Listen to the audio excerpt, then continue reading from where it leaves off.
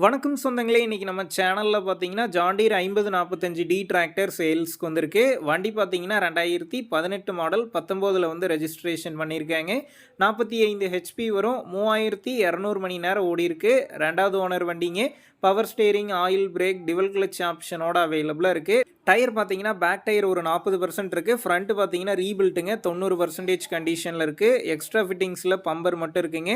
TN 20 registration. வண்டி பார்த்தீங்கன்னா சேர் ஓடுன வண்டி தான். புக்கு கையில இருக்கு. இன்சூரன்ஸ் கரண்ட்ல இருக்கு. டாக்ஸ் பெண்டிங்ல இருக்குங்க.